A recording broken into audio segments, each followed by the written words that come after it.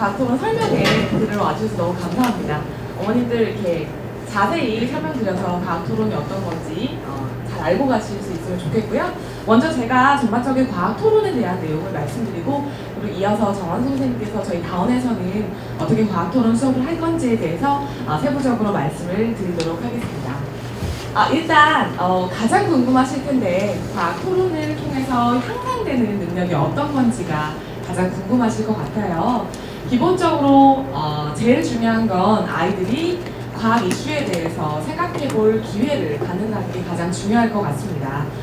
우리 요즘에 특히나 사회를 반영하고 있는데, 지진이 나기도 했고 그 지진에 대해서 좀 생각할 기회도 가질 수 있고요. 여러 가지 사회 현상을 과학 토론을 통해서 아이들이 자연스럽게 그거에 대해 생각해보고 지식을 쌓는데 큰 역할을 한다고 말씀드릴 수 있을 것 같습니다. 과학 토론은 과학적 사고를 하는 방법을 배우게 되는데요. 그래서 과학적 사고, 그리고 논리적으로 내가 알고 있는 것을 설명할 수 있는 논리력, 마지막으로 이 모든 것이 진로 선택과 연결될 수 있다고 말씀드릴 수 있기 때문에 이런 능력들을 향상시킬 수 있는 좋은 기회가 될 수 있다고 말씀드릴 수 있겠습니다. 자, 그렇다면 우리가 단순하게 눈에 보이지 않는 것을 쫓아갈 수는 없겠죠. 과학토론은 수상을 두고 있는 대회입니다. 그래서 규모가 굉장히 큰 대회이기 때문에 그 과학토론을 통해서 어떤 수상을 할 수 있는지, 그리고 어떻게 진로하고 연결될 수 있는지를 한번 자세히 살펴보도록 하겠습니다. 일단 첫 번째는 규모가 굉장히 크다라고 얘기할 수 있겠는데요. 우리가 이제 이름이 과학토론이 청소년 과학 페어라고 하는 걸로 이제 바뀌게 되었습니다. 비교과에서 굉장히 큰 규모의 대회입니다. 지금 먼저 보시면 학교 자체 예선이 있습니다.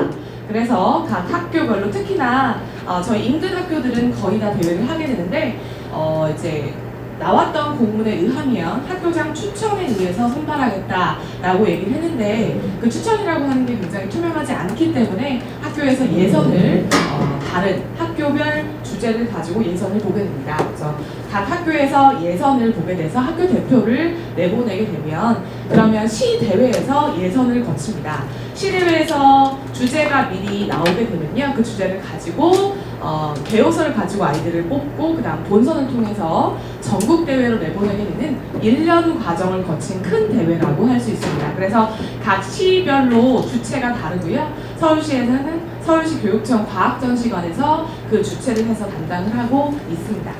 그래서 정리하게 되면 학교 예선을 보고, 그리고 시대 예선 및 본선을 하게 되고, 그 다음에 우리가 알고 있는 전국대회가 예정되게 됐다라고 말씀드릴 수 있겠습니다. 자, 그러면 과학토론 일정과 개요에 살펴보도록 하겠습니다. 과학토론은 어제 나왔고요. 일정이 일단 서울시 대회에서 계획을 수립하는 게 2월이고요. 예선 논제가 탑재된다는 게 어떤 개념이냐면, 제가 아까 말씀드렸던 것처럼 서울시 예선을 하게 되는데, 예선을 주제를 4월 17일에 웹을 통해서 주제가 나오게 되고, 그 주제를 가지고 아이들이 개요서를 써서 그 다음에 이제 개요서를 업로드하게 되는 겁니다. 예선 대회를 거쳐서 본선 대회는 7월에 하게 되는데, 본선 대회는 예선을 갖고 있는 개요서를 가지고 토론을 직접 붙이게 됩니다. 그리고 전국대회까지 해서 9월까지 진행을 하게 되고요. 그래서 정리하게 되면 3월부터 9월까지 진행을 하고, 학교 예선은 3월 말이나 4월 초에 예선을 하게 되는데, 1학년, 2학년, 3학년 모두 하는 대회이기 때문에 학년 상관없이 학교에서 대표를 뽑아주게 됩니다.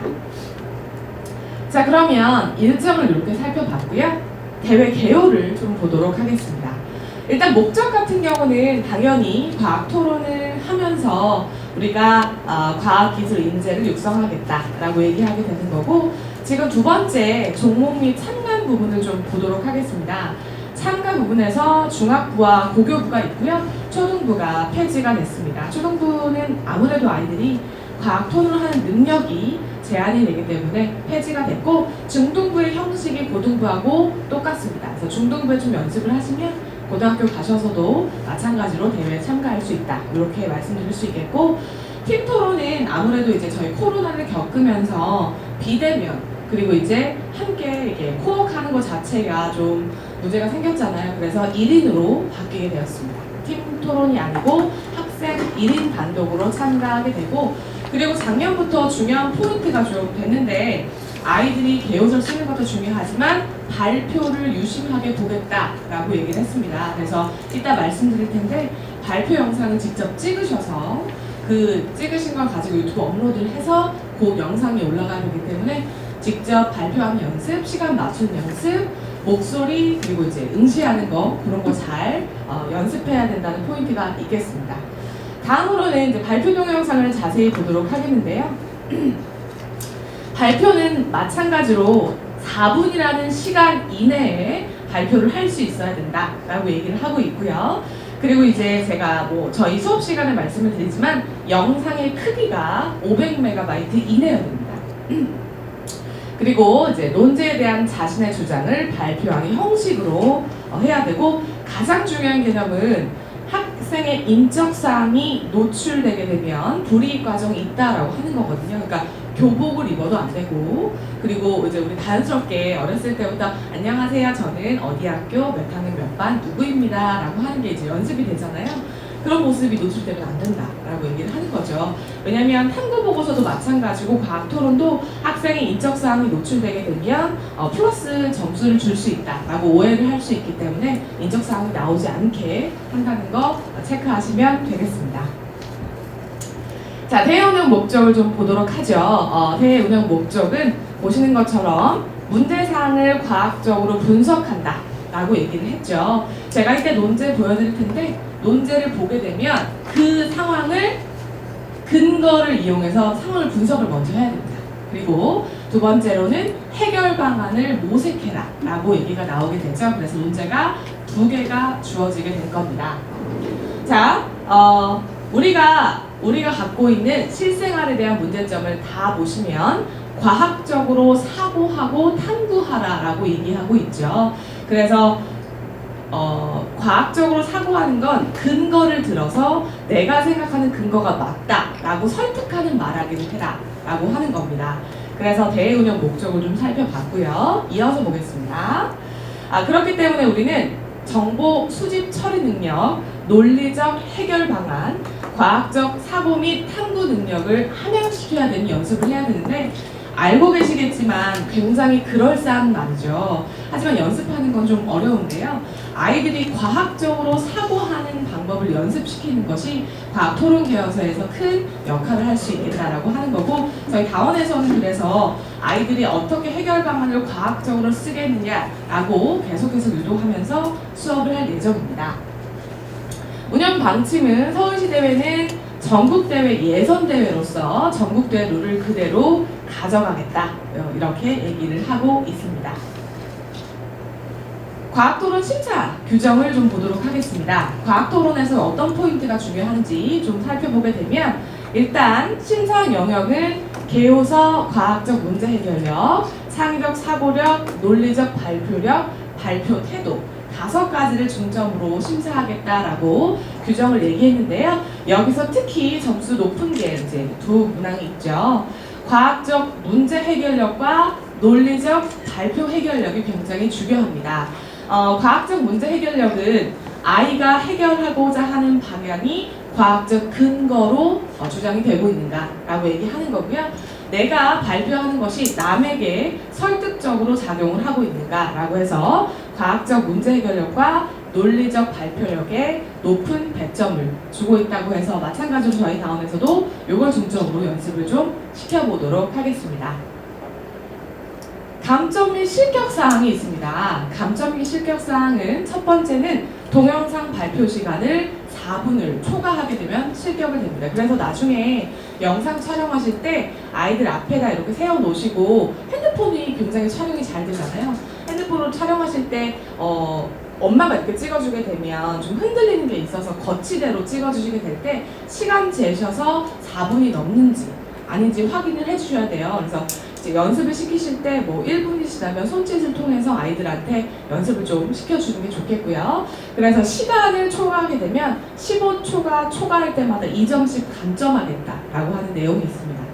시간도 중요하고, 아까도 말씀드렸던 것처럼 동영상 용량이 500MB를 넘게 되면 실격 처리하겠다라고 하기 때문에 이것도 잘 생각하고 계시면 좋겠습니다.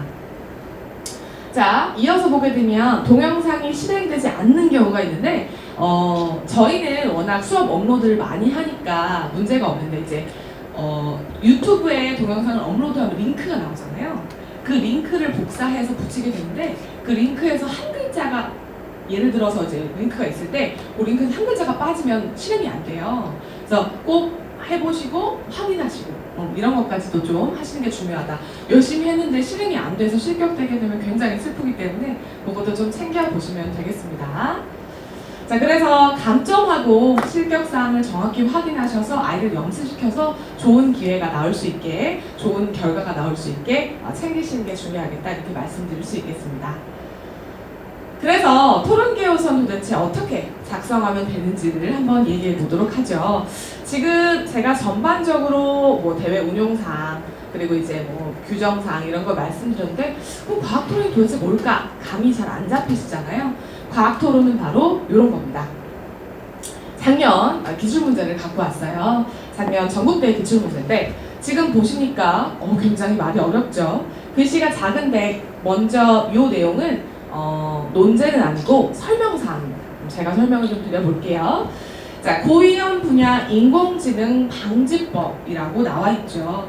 그러니까 고위험 분야 인공지능이 있죠. 예를 들어서 딥러닝이라고 하는 AI가 자체적으로 수정해가는 과정이 있을 때 의사결정 과정에서 AI가 의사결정을 해서 그대로 따랐을 때 그게 뭐 인간의 목숨과도 관련이 있거나 문제 상황이 벌어지거나 하는 것들은 AI가 들어가면 안 된다라고 하는 방지법이 유럽에서 먼저 이슈가 됐어요.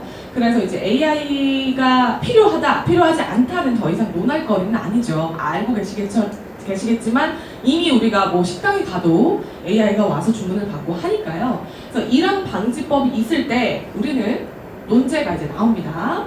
첫 번째로는 고위험 분야 인공지능의 사용 실태를 확인해라 라고 얘기 나왔고 크게 보여드릴게요. 논제 첫 번째는 우리 고위험 분야 인공지능을 조사해라 라고 나왔고요. 두 번째로는 우리가 이제 합법화될 때 경우 그러면 우리는 어떻게 미래가 바뀔까요? 라고 얘기가 나오는 건데 우리나라는 유럽이나 다른 미국 국가처럼 아직 AI에 대한 방지법이 전면적으로 시행되고 있지 않습니다. 그걸 우리가 이제 같이 따를 경우 우리는 어떻게 변할 수 있을까요? 라고 하는 생각할 시간을 이렇게 주게 되는 거겠죠. 그래서 먼저 찬성과 반대를 해서 타당성을 토론해라 라고 하는 게 나왔고요. 찬성 반대를 가지고 예를 들어 내가 찬성했다 라고 하면 그 근거를 두고 반대를 한 친구들에게 질의응답을 통해서 해결하게 되겠죠. 혹은 같이 찬성하고 반대했어도 해결 방안에서 어떤 문제점을 갖고 있을지를 서로 토론하는 과정을 해서 논제를 이렇게 주게 됩니다. 자, 그러면 이 논제를 받게 되면 과연 우리 친구들은 어떻게 개요서를 쓰면 될까요? 개요서를 좀 보여드리도록 하겠습니다. 토론개요서는 이렇게 깔끔하게 빈 종이가 주어집니다. 이제 이렇게 글만 하나도 안 써 있고요. 이렇게 선만 주게 되겠죠. 그러면 아이들이 먼저 논제를 수기나 컴퓨터로 작성을 합니다. 직접 작성하게 되겠죠. 자, 발표 동영상에 링크를 그대로 올리게 됩니다. 링크도 올리고요. 자, 이제 이 빈 종이를 우리는 어떻게 채울 수 있을지 연습을 시키게 되는데 먼저 가장 윗부분에는 주장을 작성하게 됩니다. 토론개요서나 과학탐구보고서나 같은 형식을 갖고 있습니다. 서론, 본론, 결론을 그대로 갖고 있는데 서론, 본론, 결론을 많은 형식으로 바꿔 쓰게 돼요. 그래서 저희는 첫 번째 주장을 작성하게 됩니다. 주장을 작성한다는 건 전체 내용의 요약이 되겠죠. 전체 내용을 요약하고 가장 마지막에 작성하게 하고요. 이제 논제 1을 작성합니다. 지금 보시는 것처럼 개조식으로 작성해라 라고 얘기가 나와 있는데 저희가 지금 설명드리고 저희가 수업하는 모든 방향은 과학 토론이 이루어진 첫 해에 나왔던 그때는 이렇게 써라 라고 권고안이 나와 있었거든요. 그걸 통해서 이제 말씀을 드립니다. 개조식으로 작성하라 라고 얘기가 나와 있고 주어진 자료에는 적절한 표나 그래프를 삽입해야 됩니다. 왜냐하면 내가 말하고 있는 것이 근거가 있게 우리가 이제 자료가 있게 되면 예를 들어서 우리 고위험 방지법이 충분히 시행이 돼야 된다라고 얘기를 했을 때 지금 의료사고가 이렇게 AI를 통해서 많이 일어나게 되는데 이런 것들은 사람 목숨은 좀 아무래도 바꿀 수 있지 않겠느냐, 바꿀 수 없지 않겠느냐라고 해서 표나 그래프가 삽입되면 나의 의견에 논리적 설득력이 들어가게 되잖아요. 그래서 표나 그래프를 삽입하게 되고 또 마찬가지로 원하는 자료를 논제에 맞게 객관적으로 작성하는 팁을 가지고 있습니다. 자, 개조식 작성이라고 하는 것은 우리가 이제 문장으로 보시게 되면 글머리 기호 등을 활용해서 보기 좋게 작성해라 라고 하는데 공문서 보시면 어머님도 잘 아시는 것처럼 공문서 보시면 큰 제목, 작은 제목, 더 작은 제목 있잖아요. 뭐 원, 1, 반가로 1, 양가로 1 이렇게 쓰는 거고 만약에 보시기가 어려우시면 학교 교과서는 안 되고 이제 문제집 수학 문제집, 과학 문제집 이런 거 보시면 특히 사회 같은 경우 잘 돼 있죠. 원, 1번, 반가로 이렇게 되어 있어요. 그래서 작은 주제로 가는 것이 개조식입니다. 그래서 개조식으로 작성하는 것을 원칙으로 하고 있습니다. 그래서 과학토론 수업하다 보면 아이들이 자연스럽게 노트 필기가 좀 좋아져요. 그래서 개조식으로 작성하게 되고 마찬가지로 객관적으로 논제를 바라보고 해결 방안에 실마리를 주는 방향으로 원인 분석을 하는 게 좋습니다. 그래서 첫 번째 장에서 논제 1을 작성하는데 논제 1과 논제 2에서 비중이 논제 2에 더 큽니다. 그래서 논제 1의 비중을 40%로 작게 하시는 게 좋죠. 수업할 때 주장 10% 쓰고 논제 1 30% 쓰고 논제 2를 50% 쓰라 이렇게 얘기를 하는데 아이들이 수업하다 보면 논제 1이 훨씬 좀 쉽거든요. 왜냐하면 자료를 찾으면 되는 거니까. 그래서 거기에 할애를 70%를 하게 되면 아무래도 뒤에서 힘을 빠지게 되니까 높은 점수를 받지 않기 때문에 논제 1에 좀 비중을 잡고 2를 좀 크게 하시는 게 좋겠습니다. 논제 2 작성을 두 번째 페이지와 세 번째 페이지 이어서 하시게 되는데요. 과학적 근거를 써야 되고 특히 창의적으로 작성을 해야 됩니다. 나의 의견을 그대로 넣어야 되고 예를 들어서 지금 실행되고 있는 것을 하게 되면 아무래도 점수에서 좋은 점수를 받기가 어렵다는 거 이제 말씀드릴 수 있겠습니다. 자, 그래서 해결 방안을 창의적으로 작성하되 과학적 사고력과 탐구 능력이 바탕이 되게 작성하시는 게 좋겠습니다. 자, 아까 보시면 논제에 잠깐 빨간 글씨가 나와 있던 게 있어요. 자, 각자 온라인 검색을 통해서 정보와 자료를 검색해서 활용하라 라고 얘기가 나와 있었죠. 아이들이 코로나를 겪으면서 비대면 교육이 활성화가 됐기 때문에 태블릿이나 PC가 이제 많이 보급이 됐잖아요. 그래서 검색을 가능하게 했습니다. 그래서 검색을 하는 방법도 키워드를 작성할 때 특히나 알고 계시는 것처럼 네이버 지식이나 우리 블로그에 올라와 있는 글들은 아무래도 신뢰도가 좀 떨어지죠. 그래서 거기 이런 방법도 마찬가지로 굉장히 중요하다 말씀드리겠고 특히나 인용 자료는 출처를 꼭 넣어라 이렇게 얘기를 하고 있습니다. 자, 그래서 이제 개요서를 이렇게 작성을 했어요. 개요서의 시간이 정해져 있습니다. 자, 그러면 개요서를 다 썼죠. 그럼 그 다음에는 이제 토론을 하게 될 텐데 좀 살펴보도록 하겠습니다. 자, 기출문제는 조금 이따 보고 잠깐 요 내용 먼저 가볼게요. 자, 토론을 하려면 개요서를 작성해서 이제 토론을 가게 되는데 이런 형식을 갖고 있습니다. 자, 먼저 개요서를 쓰고요. 나와서 주장을 발표합니다. 저희 조의 주장은 이렇습니다. 이렇게 해서 이제 발표를 하면 그 발표를 한 걸 듣고 그때 다른 조가 저렇게 발표를 했구나 기억을 하고 있어야 되죠. 자, 그러면 주장을 발표했다면 저건 맞지 않는데? 라고 질의하는 시간을 갖습니다. 질의는 예를 들어서 A팀이 BC팀에게 질의를 하게 되면 BC팀은 그거에 대해서 응답을 해내야 됩니다. 침착하게 충분히 디펜스하지 않으면 점수에 감점이 있기 때문에 질의를 듣고 응답을 하게 되고요. 자, 우리가 질의응답을 통해서 우리 의견에 대해서 숙고를 해봤더니 이런 부분이 좀 미진했다라고 하면 팀의 그런 상호 협의할 시간을 갖고 다시 주장 다지기를 하게 됩니다. 우리에 있어서 좀 미진했던 부분을 스스로 생각해서 다시 우리 주장을 확실하게 하는 과정을 거치게 되고요. 학교에서 토론을 하는 학교도 있고 하지 않는 학교도 있기 때문에 이 전체 과정을 하는 게 중요한데 일단 학교 대표가 되려면 개요서와 주장 발표를 잘 하시는 게 가장 중요합니다. 개요서가 작성이 잘 안 되면 학교에서 아무래도 뽑는데 한계가 있기 때문에 이렇게 말씀을 드릴 수 있겠고, 자, 그러면 주장 발표, 질의응답, 주장 다지기는 이런 내용을 가지고 있습니다. 정리 한번 해볼게요. 자, 주장 발표는 개요서를 바탕으로 논제에 대한 원인 분석과 해결 방안을 창의적으로 제시했는가를 물어보고 있고, 질의응답은 지금 보시는 것처럼 상대방 주장의 허점을 찾았는가라고 얘기했고, 응답은 그 자기 주장을 논리적으로 답변하는 건데, 예를 들어서 이제 처음 할 때 우리 아이들이 잘 어려우니까 또 인성이 좋잖아요. A팀이 주장하면 그럼 B팀이 대답하다가 그런 것 같습니다.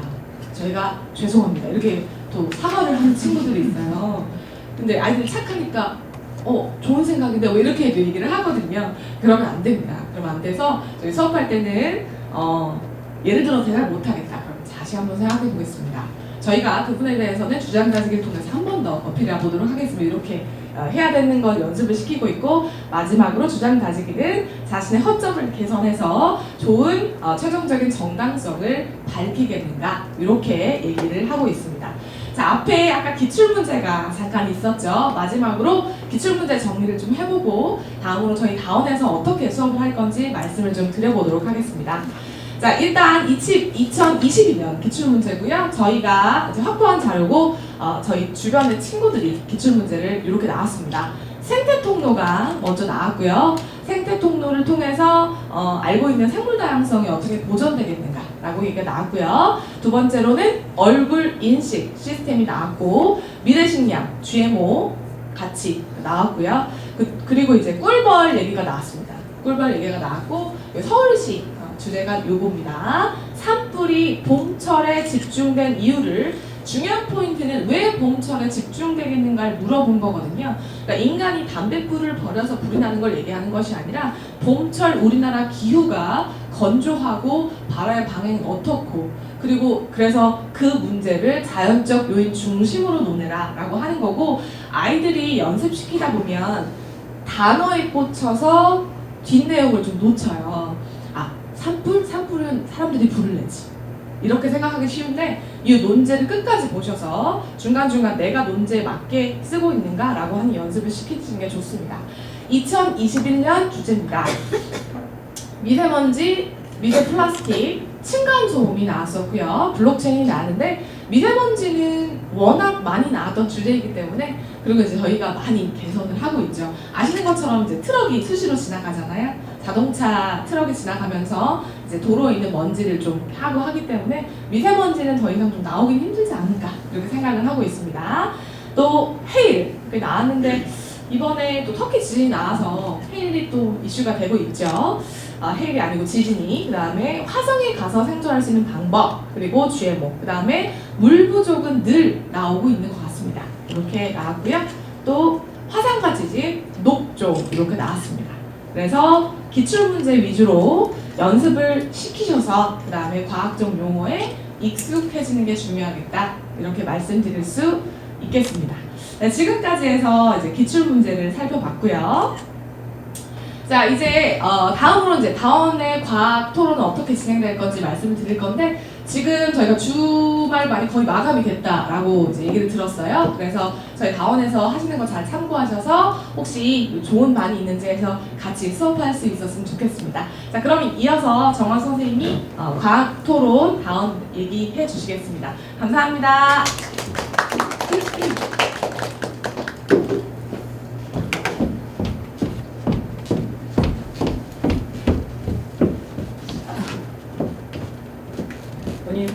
안녕하십니까. 다원에서 과학 수업 맡고 있는 정한수 강사입니다. 반갑습니다, 언니. 네. 지금 앞부분에 이제 청소년 과학비어 전체적 얘기를 들으셨는데, 사실 이 수업이 초등학생이 아니고 중학생을 대상으로 하는 거예요. 그래서 막상 이제 사춘기에 접어든 아이들이 수업을 오게 됐을 때, 이 수업을 엄마가 권해서 왔다는 거는 사실은 아이들이 책을 사실 좋아한다거나 어렸을 때, 아니면은 어떤 자료 분석을 한다거나 이런 글쓰기를 좋아하는 친구들이 있는데, 학업을 하다 보니까 그런 걸 할 시간이 없잖아요. 언제 애들이 뭔가를 깊이 한 문제에 대해서 정리를 하고 그거에 대한 고찰을 할 수 있는 시간이 없거든요. 근데 결론적으로는 그 시간을 굉장히 즐거워하면서 수업을 하는 거를 느낄 수가 있어요. 특히 믿으실지 모르겠지만 남자친구들 같은 경우. 네, 남자친구들 같은 경우 첫 번째 수업을 개호서 쓰는 거 할 때는 약간 이제 머뭇머뭇하다가 2, 3, 4주, 4주차 되면은 조용히 앉아서 그 시간을 굉장히 선비처럼 막 즐기면서 하는 걸 볼 수가 있어요. 그래서 물론 이 대회 자체가 상도 있고 어떤 목적이 있기는 하지만 일반적으로 하는 학원에서 하는 수업에 비해서는 아이들이 얻어갈 수 있는 영역이 좀 독특하다라는 걸 좀 알고 이 대회를 좀 바라보셨으면 좋겠어요. 자, 그럼 다원에서 어떻게 수업 진행하는지 일단 말씀을 드릴게요. 저희가 일단 기본반이랑 심화반이라고 두 개가 되어 있어요. 이제 개념반이라고도 되어 있는데 일단 기본반은 뭐냐면 개요서 작성을 해본 경험이 없다.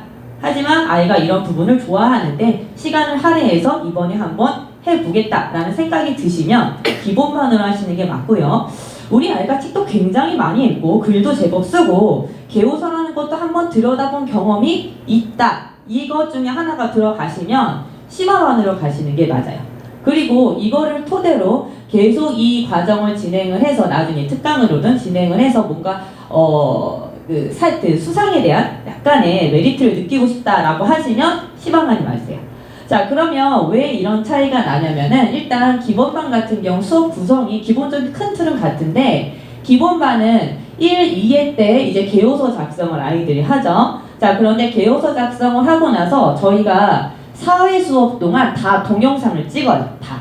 동영상을 찍는데 동영상의 내용이 기본반은 1, 2회 때는요. 주장만 발표를 해요. 짧게 끝나요. 아까 들으셨지만 주장을 발표를 하고 그거에 대한 근거까지 해서 4분이 나와야 되잖아요. 그런데 그 4분이 처음부터 찍는 게 아니라 기본반은 1, 2회는 나는 이 논제에 대해서 이렇게 생각을 한다까지 끝. 왜냐면 시간이 부족해요. 왜냐면 개요서 작성을 연습을 해야 되기 때문에. 그쵸? 자, 그래서 1, 2회까지 주장 발표를 하고 기본반 같은 경우는 3, 4회 때 내 주장은 이러이러해서 이러한 근거가 있다라는 개요서의 전체 내용이 들어가는 게 3, 4회차. 이렇게 보시면 돼요. 자, 그럼 심화반 같은 경우는 왜 개요서에 대한 약간 그 능력이 있어야 되냐면은 심화반은 1, 2회 때 주장과 주장에 대한 근거에 대한 걸 다 해요. 그러니까 시간이 많이 필요하겠죠? 그럼 개요서 작성이 기본반보다는 빨리 돼야지 아이가 좀 수월할 거라는 거죠. 그쵸? 그래서 심화반은 일단 개요서를 다 작성으로 영상을 찍는데 1, 2회 때부터는 1, 2회 때부터 이제 주장이랑 전체 얘기를 하고 3, 4회 때부터는 그거에 대한 어떤 질의응답, 토론에 대한 내용을 진행을 할 수가 있는 거예요. 그러니까 기본반 같은 경우는 토론까지 가는 거는 애들이 근데 하고 싶어 해요. 약간 이 반마다 좀 다른 게 기본반 같은 경우도 이런 거에 전혀 소양이 없는 친구들이 아니에요. 그래서 개요서가 한 1, 2점 잡히면은 3일 때 발표를 할 때 제가 한번 던져요. 이거 궁금한 거 있으면 질문해볼래? 그러면은 한두 사람이 질문을 해요. 그럼 그 분위기를 교사가 잘 이끌어가면은 자연스럽게 토론이 되고 말꼬리 잡는 토론이 되지 않게 좀 도와주는 게 중요하죠. 여기에서는. 이게 말꼬리 잡으려고 그러면 감정 싸움이 되거든요. 그러면 앞뒤가 안 맞아요. 사고적으로 안 맞죠. 이제 그런 토론을 하라는 게 아니라 정말 팩트적인 부분에 내가 궁금한 거, 내가 갖고 있는 과학 지식을 백그라운드를 했을 때 너희가 주는 것에 뭔가 오류가 있다라고 생각하는 것들을 짚을 수 있는 가이드를 이제 저희가 잡아줄 수 있는 거예요. 예. 그러니까 말을 잘한다고 해서 되는 건 아니죠, 사실 이게.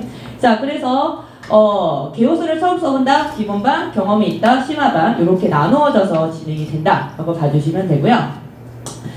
전체적인 수업 그 타임테이블은 맨 처음에 저희가 아이들한테 이번 주 문제는 이거야 라고 해서 기본적인 자료를 줘요. 교사들이 다 저희가 준비를 하고요. 그 다음에 보고서 쓸 수 있는 종이를 주죠. 자, 그런데 이 두 번째 과학 개념 및 용어 정리 있잖아요, 어머님. 일단 저희 아이들이 지금 다 중학생이야, 그렇죠? 그러면은 과학에 대해서 현행을 하고 있는 친구들도 있을 거고 고등 심화를 하고 있는 친구들도 있을 거예요. 그런데 제가 말씀드리고 싶은 거는 아까 서수연 선생님도 말씀 주셨지만 이게 과학적 근거가 좀 있어야 돼요. 과학적 근거라는 거는 과학적 개념을 토대로 문제를 해결할 수 있느냐. 근데 이게 박사가 아니기 때문에 어느 정도 한계는 있어요. 한계는 있지만 네가 알고 있는 소양에서 최대한 끌어내려는 게 목표거든요. 그래서 이거에 대한 좀 큰 그림, 이 대회에 대한 큰 그림이 있으시다면 저는 과학 선행도 좀 있으셔야 된다고 생각을 해요. 그래야 애가 글 쓸 게 좀 보이고 아는 만큼 보인다고 자료에 대한 조사가 아는 만큼 보여요. 신기하게. 그래서 우리 아이가 예를 들어 영재원도 좀 다닐 경험이 있고 과학 시험도 많이 했었고 과학책도 많이 읽었다. 그런 경험이 있는 친구들 같은 경우는 논제 발표하고 과학적인 해결 방법을 얘기를 하라고 했을 때 한 1, 2차까지 힘들지만 3, 4회차부터 막 나오기 시작을 해요. 그런데 그렇지 않은 경우가 있어서 저희가 과학 용어 및 개념 정리를 넣어놓은 거예요. 이 논제에는 예를 들어 DNA라는 게 나오는데 DNA라는 건 이런 구조야 라는 거를 얘기를 해줘야 저희들이 그걸 읽을 수가 있잖아요. 그렇잖아요. 너무 답답하겠어요. 던져놨는데 모르는 거 보라고 하면. 그래서 용어 정리하고요. 그 다음에 논제를 분석을 하는 거예요. 자, 논제 분석의 자료 해석은 저희가 던져준 논제에 대해서 해결을 할 수 있는 자료를 저희가 프린트를 주는데 보통 자료 조사를 인터넷으로 할 수 있게 하잖아요. 그래서 30분 정도 시간을 정해주고 논제에 대한 자료 조사를 아이들이 할 수 있는 시간을 저희가 줄 거예요. 그런데 이거를 아무 데서나 들어가게 하게 되면은 자료에 대한 퀄리티가 굉장히 중구난방이 되겠죠? 그래서 저희가 생각한 거는 관공서나 그러니까 공적인 기관, 증명된 기관에 가서 논제에 대한 자료를 좀 가이드를 할 수 있게끔 조사할 수 있게끔 진행을 해줄 거고요. 자, 그런 다음에 아이들이 이제 토론 계획서를 작성을 합니다. 1주차에는 무조건 수기로 쓰게 할 거예요. 글로 쓰게 해야지 저희들이 피드백을 확실하게 할 수 있죠. 노트북으로 하게 되면 이거 되기가 힘들어요. 그래서 1주차에는 수기로 써서 아이들의 개요소를 분석을 해주고요. 그 다음에 아까 말씀드린 것처럼 주장에 대한 거, 나는 이 논제에 대해서 이렇게 생각합니다. 기본반 발표하고요. 심화반 같은 경우는 저는 이 논제에 대해 이렇게 생각하는데 이러한 이유 때문입니다. 라는 것까지 영상 발표를 하게 될 거예요. 자, 그 다음에 돌아가면서 아이들한테 계속 피드백을 하죠. 그래서 불러내거든요. 그러면 이렇게 쓰고 저렇게 해서 다 피드백을 하고 그 다음에 아이들이 쓴 거를 이제 저희가 캡처를 떠요. 이렇게 다 이제 캡처를 떠서 집에 가서 첨삭을 해요. 얘를 좀 줄여넣었으면 좋겠어. 로마 숫자로 해서 수업 번호를 바꿨으면 좋겠어. 여기 했습니다라고 아니다. 인이라고 바꿨으면 좋겠어. 여기에는 그림이 좀 들어가서 이런 첨삭을 해서 어머님이나 아이들 문자로 이렇게 보내줘요. 네. 그러면은 아이들이 그걸 직접 훑어보겠죠. 그럼 다음 주에 오면은 또 그거에 대해서도 얘기도 하고 또 다시 쓰고 이런 식으로 서로 상호작용하면서 피드백을 하고요. 그 다음에 이제 영상 같은 경우는 이제 거의 비슷하게 저희가 진행을 하는데 핸드폰으로 아이들 영상을 찍어요. 그럼 주장 발표만 하게 되면은 어머님 1분이 채 안 나와요. 이게 4분이라는 시간이 길다면 길지만 굉장히 짧은 시간이기도 하거든요. 그래서 그 동영상 이렇게 찍은 거를 이제 유튜브에 이제 올려가지고 누구나 볼 수 있는 건 아니고 URL을 어머니께 각자 보내드리면 어머니만 그걸 볼 수 있으신 거예요. 그런 다음에 저희는 나중에 또 삭제를 하겠죠? 그런 식으로 해서 발표 동영상은 유튜브나 이런 채널을 통해서 어머니께 문자 발송되고 그 다음에 개요소에 대한 피드백은 수업 시간에도 이루어지고 사진 찍어서 첨삭 달아서 문자로 발송돼서 아이랑 함께 보실 수 있게 진행이 될 거예요. 자, 심화반 같은 경우도 거의 비슷한 이제 흐름으로 진행이 돼요. 개요소 작성하고 다 똑같고요. 다만 여기에서는 개요소 주장을 하고 전체적인 내용을 1주차부터 진행을 한다. 이렇게 보시면 돼요. 전체적인 내용. 난 이렇게 생각하는데 이러한 이유야. 라고. 그렇게 1, 2주를 하고 심화반 같은 경우는 특이하게 이제 토론에 대한 부분, 질의입니다. 이런 부분까지 진행이 돼서 4주차가 이제 마무리가 된다라고 보시면 되고요. 이번에 이제 또 저희 선생님께서 이쁘게 디자인을 해서 표지를 주셨어요. 그래서 이렇게 오른쪽에 있는 게 수업 시간에 저희가 쓰는 거고요. 이제 왼쪽에 있는 게 숙제가 하나씩 남아요. 근데 이 숙제도 조금 생각을 해봐야 되는 게 수업 시간에 논제에 대해서 되게 얘기를 많이 하거든요. 근데 숙제를 똑같은 걸 내주면 효과가 없어요. 애들이 그 자료를 읽고 그거 하고 싶지 않은 거예요. 집에서는 할 게 너무 많으니까. 그래서 저희가 생각을 한 게 일단 숙제에 대한 논제를 주되 그거에 대한 해결할 수 있는 큐를 주자. 그냥 큐 생각해 볼 수 있게. 그래서 그 자료를 잘 읽으면 거기에 대한 큐를 찾을 수 있는 큐를 넣어주자. 그게 효율적이겠다. 어차피 이런 주제를 자료를 읽고 백그라운드를 넓혀서 그 백그라운드 중에 하나가 문제로 나왔을 때 그걸 아이들이 재빠르게 할 수 있는 어떤 지금 빅데이터를 만들어주는 거잖아요. 그러니까 숙제는 어떤 큐를 줘서 해결할 수 있게 해주자라고 해서 이런 식으로 나올 거예요. 그래서 문제가 하나, 둘 이런 식으로. 그럼 아이들이 그거를 읽어보고 그거에 대한 해결 방안을 적고 더 궁금하면 인터넷도 한번 조사를 해보고 이런 식으로. 그렇게 해서 수업 시간에 받아서 이거는 그날 바로 아이들 피드백해서 얘기해줄 거예요. 이건 이렇게 써줘, 이렇게 써주라고. 자, 그럼 평가 방식, 아이들이랑 같이 수업을 하니까 어느 부분들을 교사들이 중점적으로 봐야 되는가 있겠죠? 자, 일단은 태도, 개요소 및 작성 능력. 아까 선생님이 말씀해 주셨던 것처럼, 누가 이제 개조식으로 해서, 그러니까 공문에 나와 있는 식으로. 공문 내용이 친절하지가 않잖아요. 그 무엇이, 그렇다, 그렇다, 이렇게 딱딱 떨어지지만 팩트만 전달되어 있는 그 개요소 작성 능력을 아이들한테 얘기를 해주고요.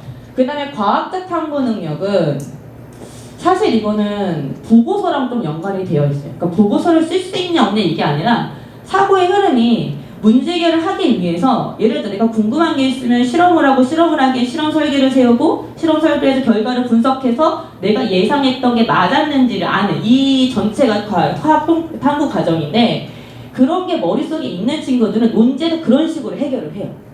그런데 그런 경험이 없는 친구들은 이거 약간 말장난 같은 상황이 돼버릴 수가 있거든요. 그런 친구들한테 과학적 탐구 능력을 그래도 한 번쯤 경험할 수 있게 해줄 수 있는 수업이기도 해요. 그래서 그런 것도 아이들에게 얘기를 해주고 있고요. 요쪽 능력을 논제를 해결을 할 때 창의적으로 예를 들어서 뭐 아이디어를 내봐라. 아니면은 이거를 과학적으로 설명할 수 있는 걸 뭐 써봐라. 이런 식으로 썼을 때 좀 필요한 영역이에요. 이쪽이. 자, 그 다음에 정보 처리 역량은 중요한 내용을 잘 추리는 거죠. 정말 필요한 내용이 있으면은 그거를 정말 정확하게 추려서 팩트 있게 논제에 맞게 넣을 수 있는 정보 처리 제일 중요하죠. 요즘 아이들한테. 그 다음에 창의적 문제 해결력은 과학적 탐구 능력이랑 연결된다고 보시면 되세요.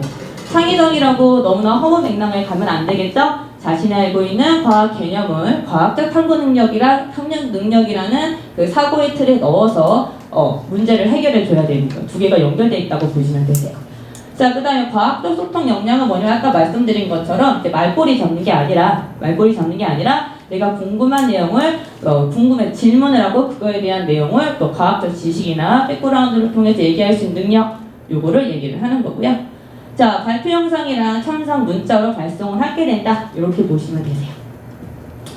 자, 수업 시간에 아이들이 작성을 해놓은 건데 이렇게 약간 빗금을 써서 넣어놨어요. 자, 그래서 이거는 잘 쓴 거죠. 워드로 작성을 한 거예요. 예, 컴퓨터로. 그렇게 해서 이렇게 수업 시간에 논제에 대한 거 얘기를 첫 번째 쓰여져 있는 게 지금 주장이에요, 주장.